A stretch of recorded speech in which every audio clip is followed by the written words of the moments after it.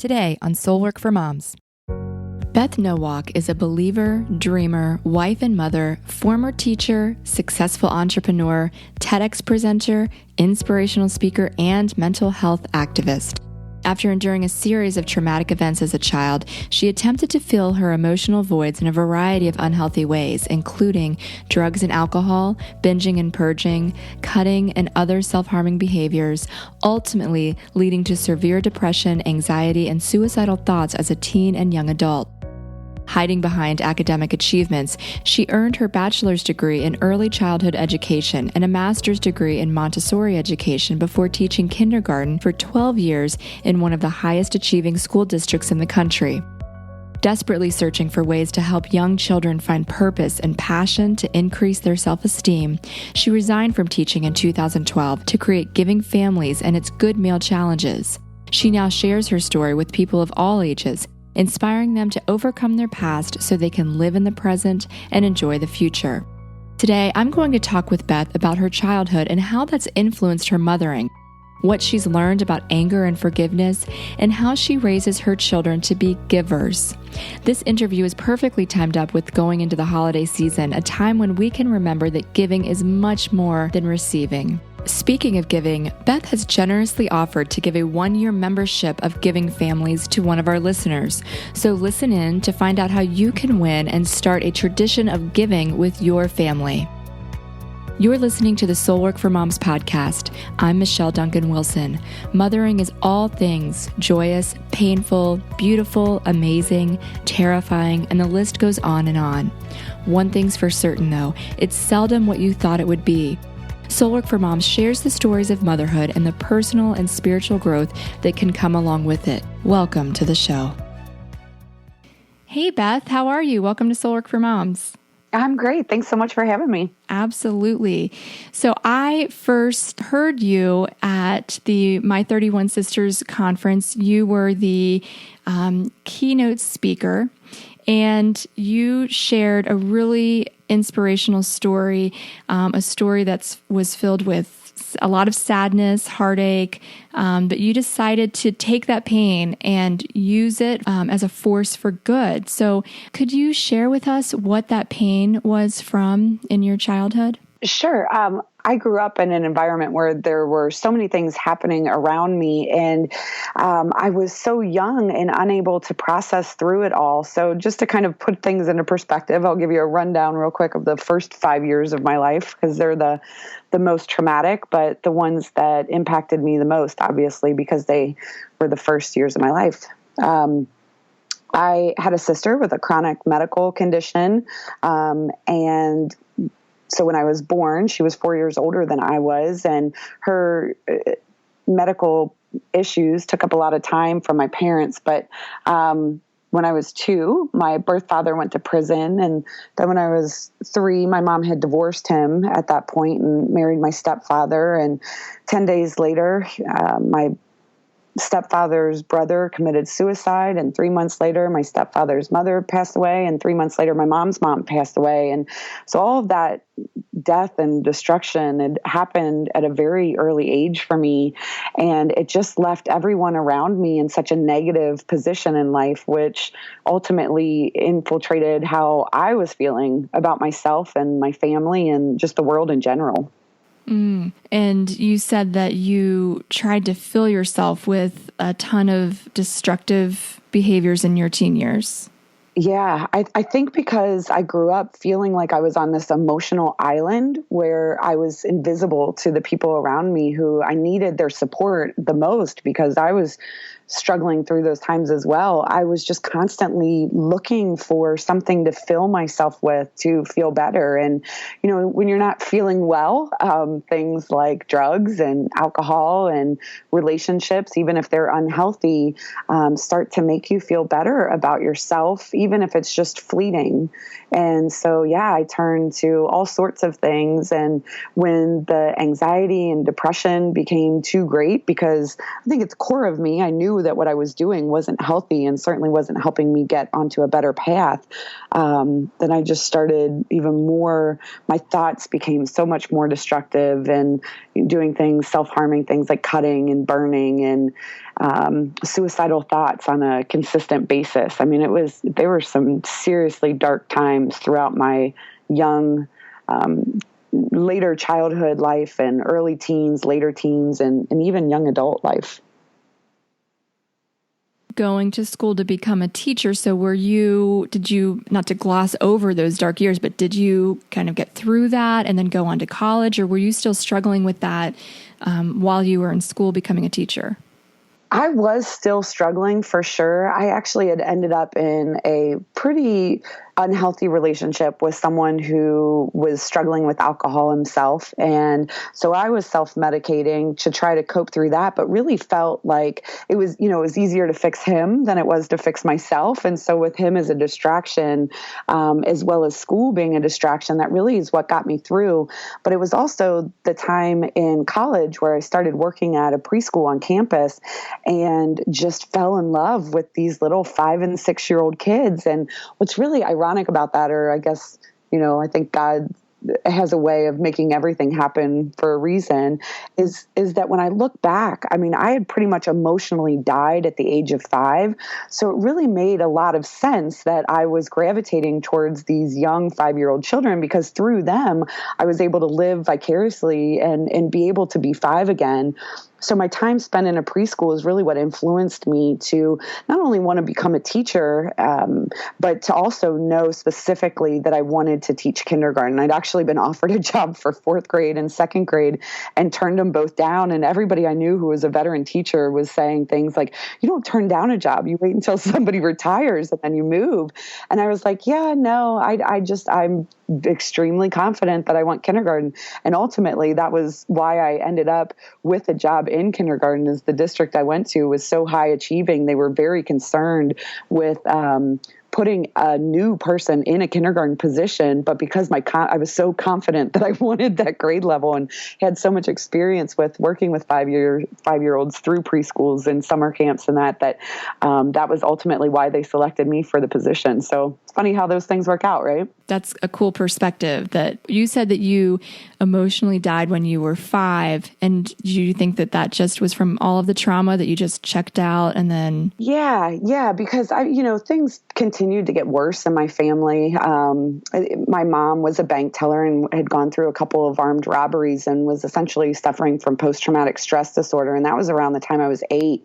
And scientists say that children develop the majority of their core personality traits before the age of 8. So there was just so much trauma happening in those early times of my life. But what's really interesting is that I've talked to other teachers, even just recently, where I've made that statement that I believe I taught kindergarten. I was so drawn to 5-year-olds because that's when I emotionally died. And I have had multiple teachers say to me, oh my gosh, I teach 3rd grade. And that's the year that my parents got a divorce. Wow. That makes so much sense that I would be drawn to 3rd graders. And it's really interesting. I'd almost like to conduct a study and poll teachers and say, like, yeah, this grade that you're so passionate about, what was happening in your life at that time? Is there a reason why you're drawn to them?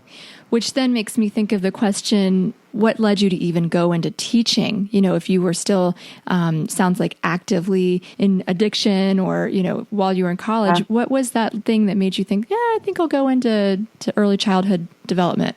Yeah, right. I think honestly, it was, children at the age of 5, they're just so full of so much love and passion, and they haven't been jaded by the world. I'm like tearing up as I'm saying this. They hadn't been jaded by the world, and I so desperately wanted to, because I never experienced that really. Mm-hmm. I so desperately wanted to be around them and experience that with them. I loved seeing their aha moments. I loved seeing them put things together in very, constructive and creative ways, because when you're dealing with trauma, your creativity is stifled. I mean, you're just looking in that fight or flight mode, and you don't have the imaginative play. And if you do, you're acting out the trauma that you're enduring. And so it was so beautiful to be around young kids. And that really, although it wasn't the reason why I ultimately came out of a lot of those coping strategies that I was using that were unhealthy. It was certainly a way to find some balance. But that was really the first time in my life, too, working with kids and seeing them grow throughout the kindergarten year. It was the first time that I actually felt like my life had purpose, like I was doing something productive and meaningful. And that was what set me on the path to overcome all those things. Because, I use this family motto with my children. You can't be, we're helpers, not hurters.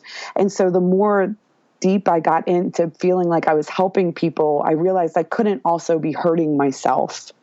I just want to let that sink in for a second, that family motto that you said, we're helpers, not hurters. That is so great because that kind of covers it all right there, doesn't it? Oh, totally. I mean, it's interesting, like children, and anybody really, it's that sense of you can't have a dual identity because you can only go so far living and feeling like you have a double life before the stress you have to pick which one you're going to follow the path of, right? And that's pretty much faith, right? Are you going to serve God or are you going to serve the devil?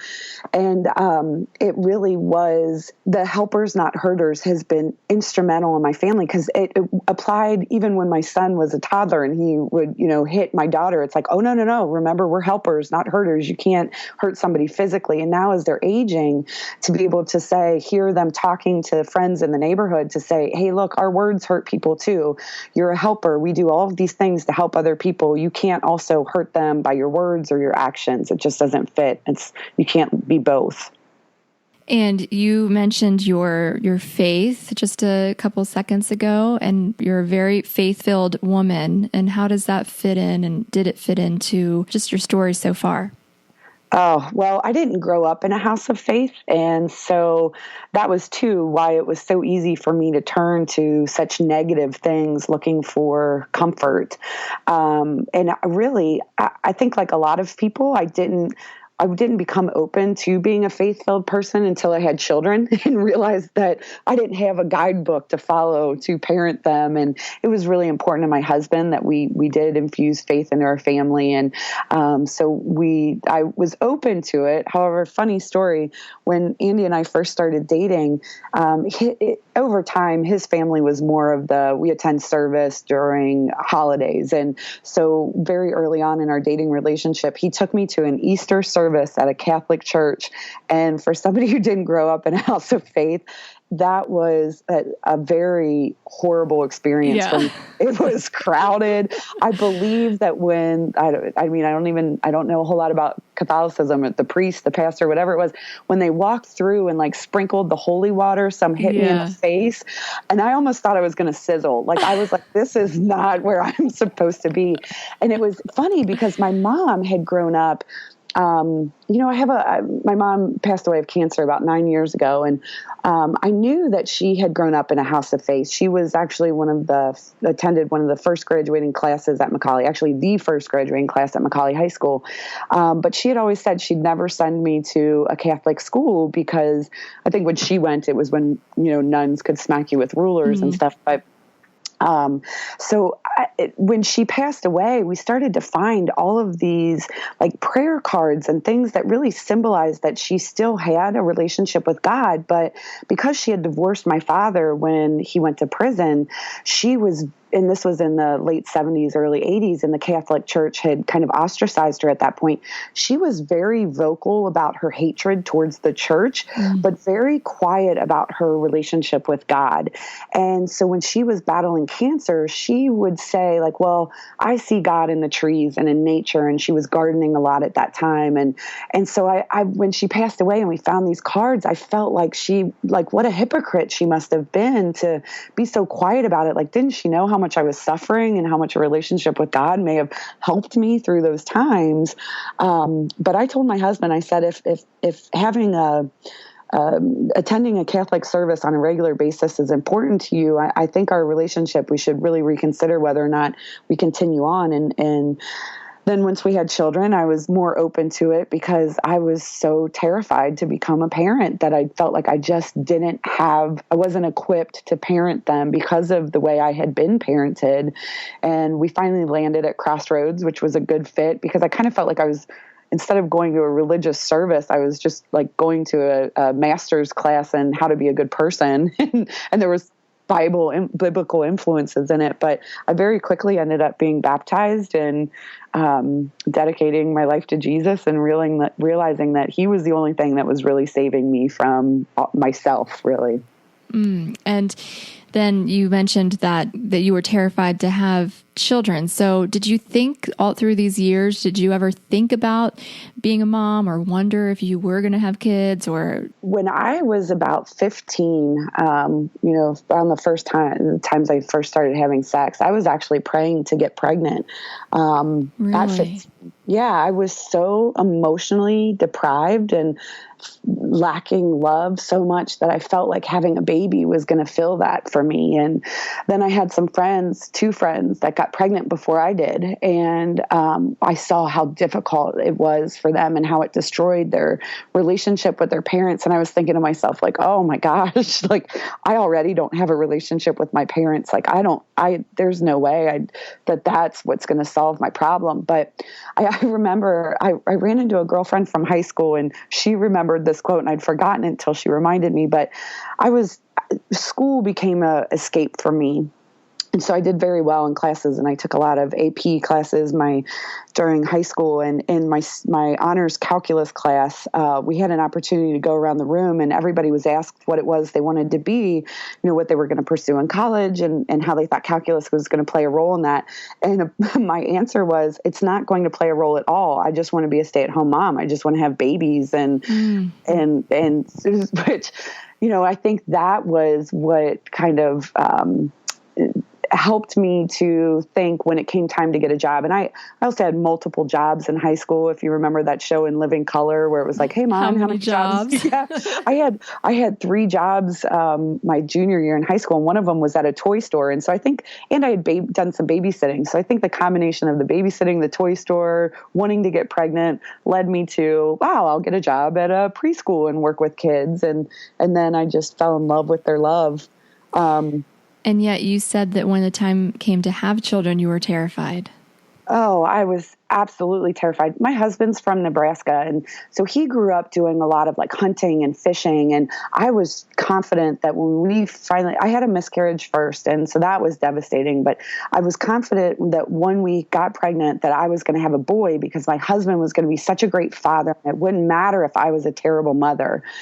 And then I found out that our first was going to be a girl, and I started bawling in the office, like, no, that's not, I can't have a girl. I never had a relationship with my mother. I don't know how to raise a girl. And girls have it so much, from my perspective, girls had it so much more difficult than boys. There would be no way I would be able to help her navigate through life. And, in hindsight, obviously God did that for a reason. I had to overcome all of that to be able to also have a good relationship with my son. But absolutely terrified. And in some ways, actually in a lot of ways, I think that teaching was an opportunity for me to practice on other people's kids before I had my own. Like my stepfather was very verbally abusive and conflicting. At the same breath, he would tell other people how proud he was of me.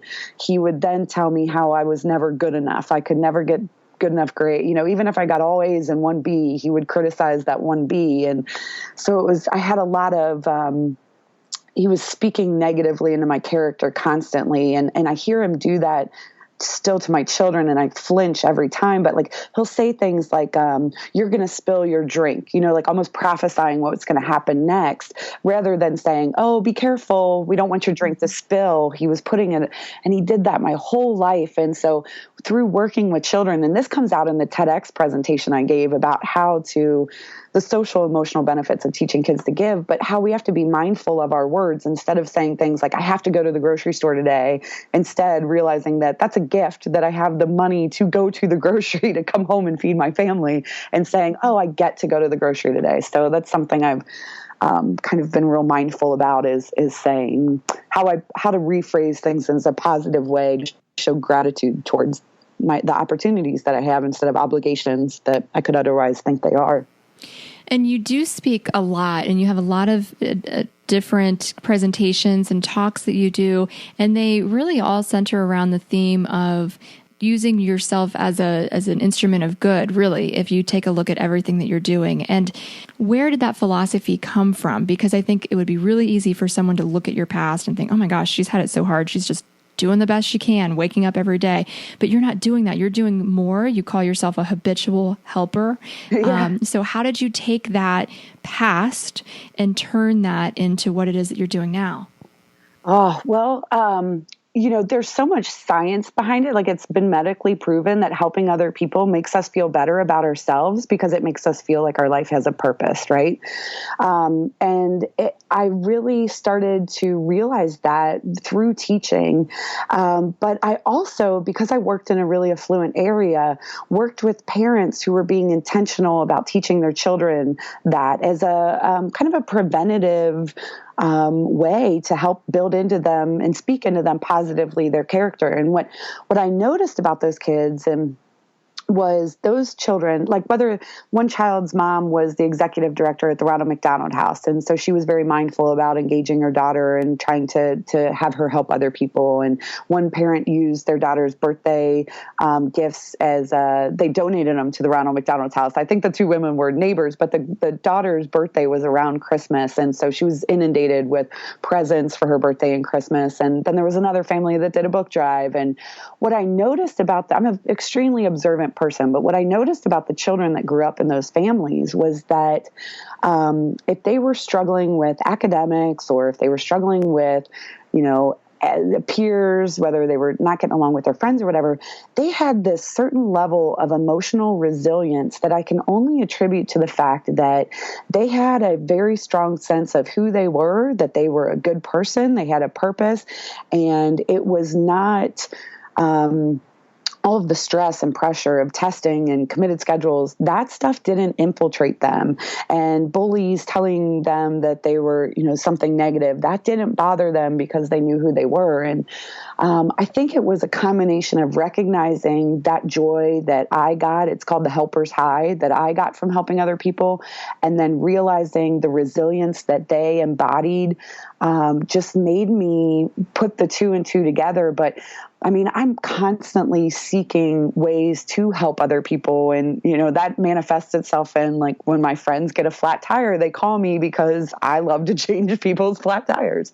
Or if they need a babysitter, like, I had a girlfriend tell me, she was like, I know you get offended if I don't ask you. But I know you're really busy, but I was wondering if you could watch the kids. I'm like, absolutely. If there's any time. And that's where the habitual helper thing came to be. It's like, it is it's in a healthy way, although it can turn into a negative way. So people who are like me need to be careful, but it becomes a sort of an addiction. Like I want to help other people. I just have to be really careful about making sure that I'm helping myself too. Otherwise, I don't have the stamina to help others in that way. Yeah. I can be like that too. I have to really balance, not automatically saying yes, because I will say yes every single time. Even if someone asks me to babysit, I'll say, oh yeah, sure. My husband's like, what are you thinking? Your list is so full today. How are you going to get all that done? So, but I do get that helper's high. Like you said, I've never heard that term before. Yeah. It's a guy named Alan Lukes coined the phrase, and he did this longitudinal study, and people who dedicate their time and or money on a regular basis report significantly lower levels of stress, anxiety, and depression, along with higher levels of self-esteem and self-worth. And then Psychology Today put out an article, you can Google it, it's What We Get When We Give, and it talks about how volunteering significantly increases our physical well-being. And there's all kinds of studies about the portion of the brain responsible for compassion and empathy actually grows the more that you give and help other people. It's crazy there, but there is medical proof that helping other people has significant impact on your social, emotional, and mental and physical health. Okay. And then for the moms that are listening and they're thinking, oh gosh, I haven't been doing any of this stuff with my kids at all. I mean, when we hear these inspiring things and we're like, oh, that's such a great idea to do with my kids, I know that there's a group of people that they immediately start to feel guilt because I'm one of them. Oh, yeah. So what do you say to the moms whose kids are like 12, 13, 14 and are super entitled and they haven't been doing any of this and they feel like, oh my gosh, I messed up? Well, I mean, it's never too late. And there are studies that say that children are born intrinsically wanting to help other people. And I think we see that when our kids are little and they want to throw away their own diapers, and then they want to help sweep the floor and do the dishes. And what we don't realize is that we are unknowingly diminishing their desire to be helpful when we input our perfectionistic tendencies, right? If they don't load the dishwasher the right way, or if they didn't sweep the floor correctly and we go around behind them and we do that. But like 12 and 13-year-old students, the key there, they're entering into an age where they're more likely to find some volunteering opportunities, whether it's through church or school for service learning. The key is to make sure that you do introduce them to it in a way before they enter into high school, because once service learning becomes an obligation, becomes a requirement for certain classes, or it becomes pushed that you need to do this for your college resume, then they're looking at it like that's the only reason why they're doing it, and they're not experiencing the full benefit of doing good things for other people because it makes you feel good about yourself. So obviously the earlier the better that you, and like I said before, children develop the majority of their core personality traits before the age of 8. So to really fertilize that soil while it's prime, while they're little, is great. But the older kids are, there are still a lot of opportunities to engage them, whether it's, volunteering at a food pantry or a shelter, where they're of an age where they can see hardships of the world and be able to deal with it in a better way than younger children are. But it has to be managed and made sure that they don't become overstressed about things that they're seeing. But they're much more in tune to the world around them than people give them credit for. The interview with Beth is not over yet, but I wanted to let you know that if you are a member of our Soul Work for Moms Facebook group, you will automatically be entered into a drawing for a free 1-year subscription to Beth's program, Giving Families. Members of Giving Families receive a Good Mail Challenge in the mail each month with instructions on how to complete a fun, easy, family-friendly activity using materials you probably already have at home. All you have to do for a chance to win is just be a part of the group, because group members are automatically entered into every giveaway that's on the show. Go to soulworkformoms.com/community and it will take you straight there. Again, that's soulworkformoms.com/community. We'd love to have you join us. And you sound so educated about all of the giving strategies. And that's because you have a business that's called Giving Families. And you actually started that based on what you saw as a kindergarten teacher. Is that right? Yeah, well, yes and no. I mean, it was what I saw was in the kindergarten classroom, but actually it was my last year teaching. I had almost a third of my class, 7 out of 24 kids, were receiving psychological counseling services for a variety of different reasons. And as somebody who had suffered from depression and anxiety, and at that time, this was in 2011, 2012, my children were 2 and 6 months, so I was still hormonal from the pregnancy of my son. I really, really got way too emotionally attached, and my depression and anxiety began to spiral out of control because I couldn't help those kids emotionally the way I knew that they needed to be helped. And that meant that I also wasn't able to help the other kids in my class academically the way I had in the past. And I was very proud of my teaching. That was my identity. And when all of a sudden that was called into question, I felt like I couldn't be a teacher anymore. And ironically, or not, because I don't really believe in coincidences, but that was the year that I was baptized. And so 2 weeks after being baptized, had an experience in a grocery store where I was purchasing Thanksgiving meals for my family and Thanksgiving meal to donate, and realized that I was buying off-brand items for the family to donate to, but name brand items for my family. And because I had just been baptized, I really felt like all of a sudden, like, oh, this is like God speaking to me. Like, this isn't right. I wouldn't give, if I invited somebody into my home, I wouldn't give them off-brand items. Why would I give them off-brand items for them to invite other people into their homes? And God humbled me real quick. And it was then that I started thinking about, like, well, how did I learn how to give, which was out of excess and obligation, because we gave to Goodwill when we outgrew things. And my mom donated to St. Jude because she got the address labels, but you know what I mean, right? Yeah. Yeah. And so I felt like in the middle of that grocery store that God was saying to me, hey, I want you to use your background in early childhood education to help parents teach their children to give for the right reason so that they never experience guilt and obligation. And I kind of thought, like, oh, well, that's cute. And I sat on it for a bit. And then the following month, in December, my babysitter, her oldest daughter, found out Santa wasn't real, and her daughter was furious because she felt like her mom was keeping her on the outside of this inside joke, and here her friends were making fun of her, and her mom said, if I had known that I was going to betray her trust in this way right before her teenage years, I would have never made Christmas about giving or receiving. I would have always made it about giving. And those two instances back to back, I felt like God was just hitting me over the head about, like, okay, see, it's important not just to teach kids about giving around the holidays, but all year long. And so the idea behind Giving Families was to provide parents and children with activities every month of the year that they are able then to give back in other ways. And it's really super simple stuff, like go to a fountain and give pennies to kids so that they can toss them in, or decorate Valentines for a nursing home and go deliver them to the elderly that live there, or make dog toys out of recycled materials, stick an empty water bottle inside of a sock, tie it in a knot, and donate it to the animal shelter.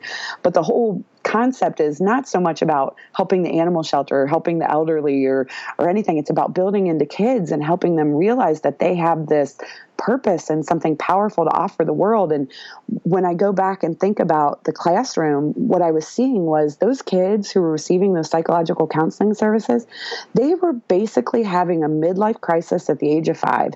They were overcommitted, overscheduled, pressure for these tests, scary images in the media that weren't being filtered whatsoever.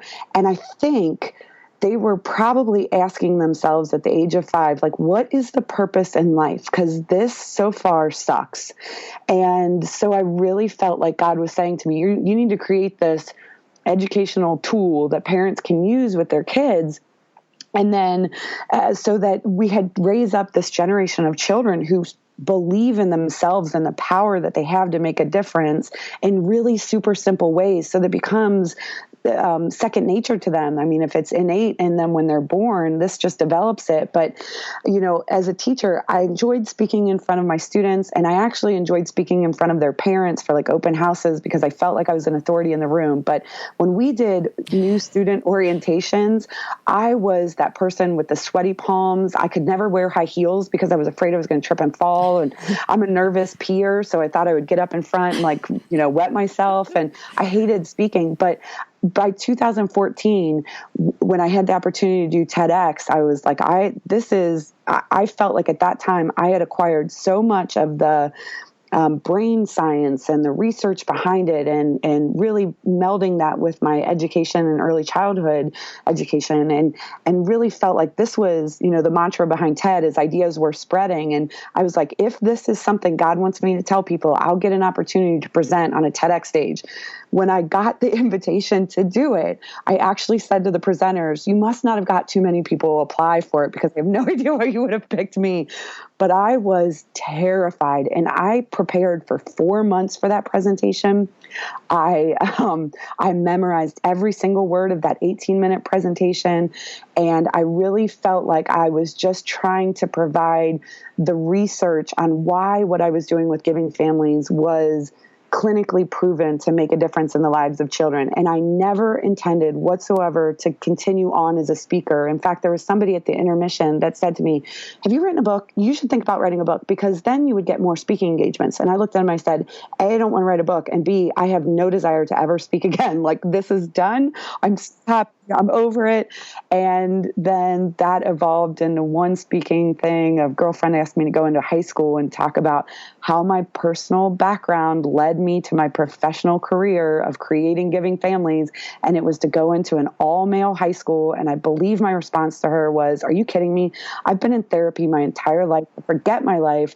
I really don't want to drudge it all up. And if you think that a room full of high school boys is going to be the first place I do it, you're high. That is not what I want to do. But I did it. And these high school students, boys in their football uniforms, are crying because they're dealing with it themselves, or they're dealing with the friends who are struggling, and they don't know how to help each other. And those 12 boys that I presented to in that class advocated for me to speak to the entire student body at Moeller High School to tell them, about my background. And you want to talk about birth control. I told those boys, I said, when I was 15, I was having sex because I wanted to get pregnant. Think about that. You don't know what's happening in the mind of the girl who's allowing you to have a physical relationship with her. And you could have heard a pin drop. I mean, it was intense, and word of mouth spread. And that led to another presentation in another high school, and another one and another one. And then Macaulay High School asked me to come in and not only speak to the teens during Suicide Prevention Week, but to also provide a presentation for the parents on how they can talk to teens about tough topics. And we are actually getting ready. We're partnering and launching the statewide. Macaulay runs a group called the Fearless Initiative, based off of a sophomore student who had attempted suicide. And when she, after being hospitalized, returned to school and asked the school psychologist as well as the principal, she said, I need a support system. I need peers who can talk to me, because nobody will talk to me about cutting. Nobody will talk to me about suicide or drugs or sex or any of these things. And I just need a place to talk to people. So they put together this after school group called the Fearless Initiative. And every month they get together twice a week, or twice a month, once every 2 weeks. And they pick a theme and they talk about it in a really safe space. And we've now decided to partner with one another. My speaking for teens and parents, along with curriculum that goes together to teach faculty members how to initiate and maintain a chapter of the Fearless Initiative. And we're getting ready to roll it out here locally, then regionally and statewide, with a goal to go national, because there are so many statistics out there that are so frightening for parents of young children, specifically teens. Suicide's the second leading cause of death for children between the ages of 10 and 18. 1 in 5 are suffering from mental health disorders. On average, it takes 10 years for them to get help. And that was my story.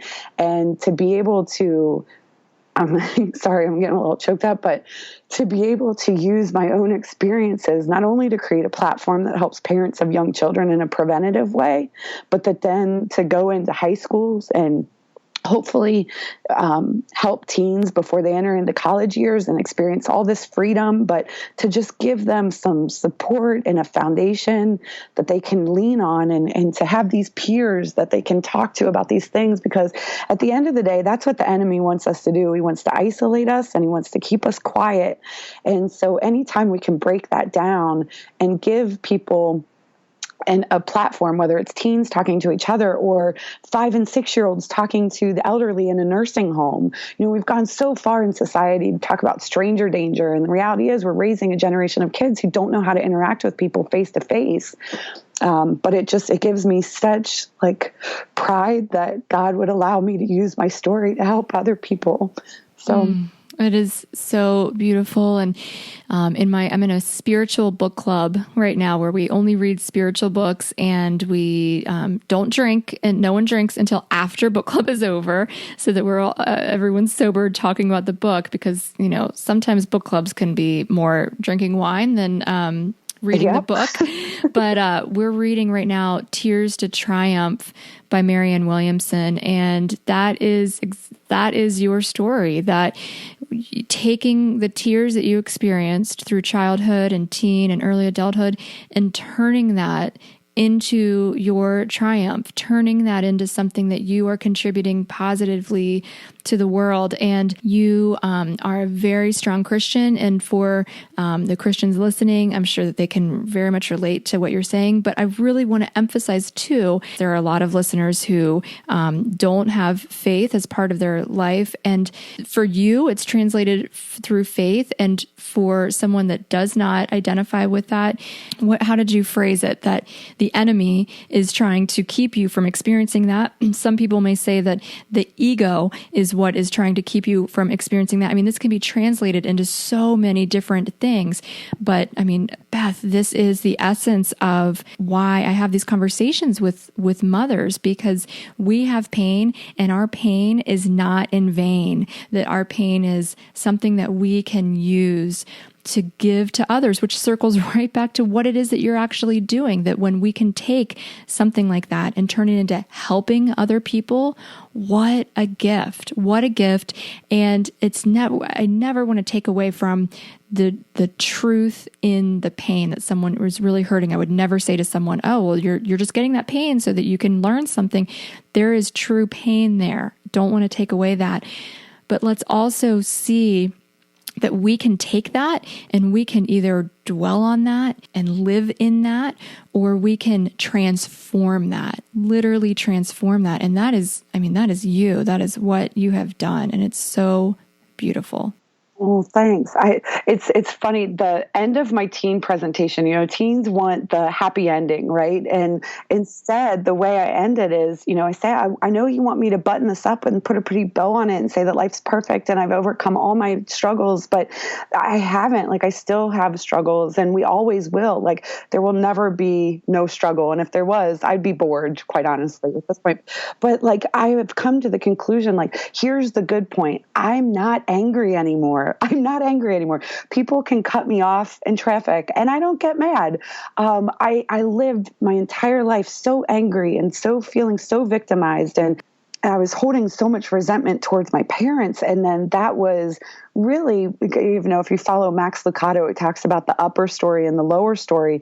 Because I had all this resentment towards my parents, that meant I also had a lot of resentment towards God, and really needed to come to terms with all of that and forgive my parents for all of the things that had caused me the stress and the trauma, even if they were things that my parents didn't need to apologize to me for. My mom didn't need to apologize to me that her mom died and that she was stressed out, or that my uncle committed suicide. My parents didn't need to apologize to me for that, but I had worked it out in my mind that they, because it was their mom and their brother, that I was the victim of them. And so being able to offer that forgiveness, just let the anger all float away. And, I've come to the conclusion now, anger is the enemy, and I just get angry if I get angry. I don't want to be angry. Anger is the enemy. I have a beautiful friend, Rachel Macy Stafford, has a third book coming out called Only Love Today, reminders to breathe more, stress less, and choose love. And as much as I love her and her messages, they're so powerful. There was definitely a time in my life where I could not access love because I was so shrouded in anger. And so that was really a turning point for me, a mantra to turn to, is when I was getting angry at my husband or angry at my children, and just saying, no, I'm angry that I'm angry. I don't want to be angry anymore, and casting it out. In our pre-interview conversation, you and I briefly touched on that you said that your relationship with your parents has really influenced the relationship that you're trying to build with your children. What is the relationship that you're trying to build with your children? Well, I think in so many different ways in life, we look to our parents as the model that we're meant to follow, whether they parented us well or they parented us poorly. And I think I definitely entered into parenthood thinking that I was going to poorly parent my children because I was poorly parented. And so much of what I've tried to do as a parent is to do the opposite of what my parents did. And I don't mean that to be disrespectful towards them. They were going through so much that I can only imagine and understand even a little bit now more as an adult. But because I don't have them as a model to follow, I've really just tried to follow God as the a parenting model. He's slow to anger and quick to forgive. And there are so many lessons that he allows us to learn on our own. And he'll continue to come back and poke at us and give us reminders. And of course, he wants us to listen and obey. And I want my children to listen and obey. But the minute anger it gets infused into any situation, that relationship gets broken down. And that was the story with my son. I was so caught up in trying to help other people more than I was ministering to my family and my children, that during the startup phase of Giving Families was so consumed with it. And my son was 2 and younger during that process. And that really destroyed our relationship. And we went through a program called CARE, which is Child-Adult Relationship Enhancement. And through that, I was just reminded of the importance of having a caring adult in your life that walks through the pain with you and validates your hurts and, really softens the blow. And just knowing that we have an earthly person that's present, while that is so powerful, knowing that God keeps a record of all of our pains. He knows how many tears we've cried. He knows how many hairs are on our head. And we don't have to kind of keep inventory of all the ways that people have wronged us, because he does. And if we listen to him and we follow him and we do what he wants us to do, then he will redeem every bit of that. And now my joy comes from knowing that I am helping other people. And that does redeem all the pain that I went through. It certainly makes it it makes it all make sense. And that's all I've really wanted in life, was like, why me? Why is this happening to me? And now all of a sudden I'm like, oh, that's why. Okay, now how can I use that? And so it makes me, I'm finally getting back to that like creative 5-year-old mind of, okay, how can I use that to help somebody? Because that's important. And I want to say, too, you are listing so many great resources that I'm sure people are trying to remember everything that you're saying. So we'll make sure to have a list of links to everything that she's talked about, books and articles and the CARE, all of that. And you can find that on the show notes at soulworkformoms.com. And you have a really awesome soul work action step for mothers. I would love for you to explain what that is.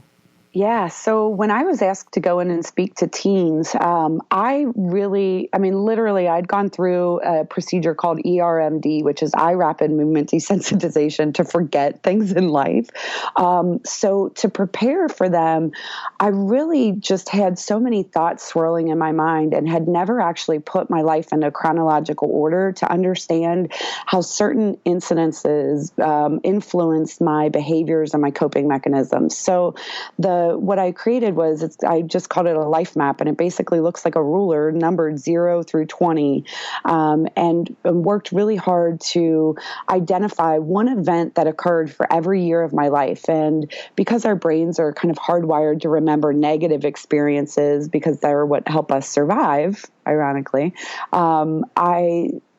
everything I remembered was negative. And so I have that PDF available, as well as some reflection questions that really put us on a path of recognizing that there is a pain or a purpose that comes from the pain, and that we have to learn to accept our struggles, that they will manifest into something that resembles strength. And so that's what I have, is the life map exercise, and then some reflection questions that help us to identify whether or not we are truly grateful for the good and the bad, and recognizing that the struggles have grown us in some way. Perfect. And so again, we'll link to that on Beth's show notes page at soulworkformoms.com. Beth, you have such an amazing story. Before we end with our last question, I don't know that we've actually specifically said what Giving Families does. You've talked all about the inspiration and just the idea of why you might want to participate, but can you tell us exactly like what the product Giving Families is? Yeah, sure. So you sign up for a membership and you receive a monthly mailer. Kids love it because they love to get mail, but it's a hard copy of almost like a lesson plan of 3 steps of an activity you can do to give back with your kids. So the example I shared earlier about like delivering Valentines to a nursing home, step 1 would be to download this template, decorate the Valentines. Step 2 is to find a nursing home in your area. And so I provide information on how to find a nursing home in your area. And then step 3 is to deliver them. And I also write a blog that'll go along with it. So sometimes there's the printable, like I said, the Valentines, or the blog that says like, how do you actually take your child into a nursing home? Like what conversation do you need to have on the front end? Because let's be honest, there are good ones and there are bad ones. How do you pick the right one to go to? How do you remind your children that the facility is not a playground? There are people in walkers and wheelchairs. And if you knock into somebody, like it could be very, very bad. But then to remind children too, like these people are lonely. They're so excited to see you. So they're going to want to hug you. And and so that front end information that children need to have. But, just from that one activity, what was so cool is like my kids now, you can only go to the park so many times, you get bored with it. And on rainy days, there's not quite so many things to do. And so now on rainy days, my kids want to go back to the nursing home and we take board games and we go play with the elderly that live there. It's become ingrained in the fabric of who they are. So real simply put, it's like a magazine subscription, except instead of receiving a full magazine, you just receive a one-pager that you can hang on the fridge. You even get a magnet, and it tells you what the activity is, along with some support materials and maybe some alternative activities. If you're far away from a nursing home, the alternative activity might be to decorate a card and mail it to your own grandparents. So whether it's time or location, but we have families now in 43 states throughout the country. And so it's non-location specific. You can live anywhere and complete these activities on your own time in your own neighborhood. You have a whole month to do it before you get the next activity. And it's really just meant to, again, build into the kids and help them feel like they have something powerful and purposeful to offer to the world.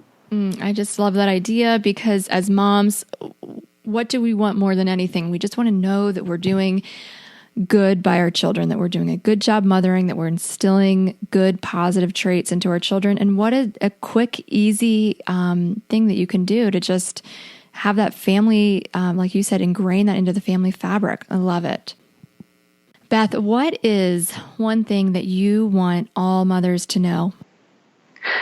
Anger is the enemy. I mean, there is no need to hold on to anger and resentment. And forgiveness is so powerful. But when we are angry about anything in life, whether it's the way that we were parented or we're angry with our spouse, it just adds this level of negativity that creates a veil and makes it difficult for us to engage with our family, our children, in positive ways. And so I would just encourage people to recognize when the feelings of anger manifest themselves and start getting angry about getting angry and say, I don't want to be angry anymore. I think so many of us live with this hidden anger and just recognizing it and casting it out and getting angry about getting angry would be my big one.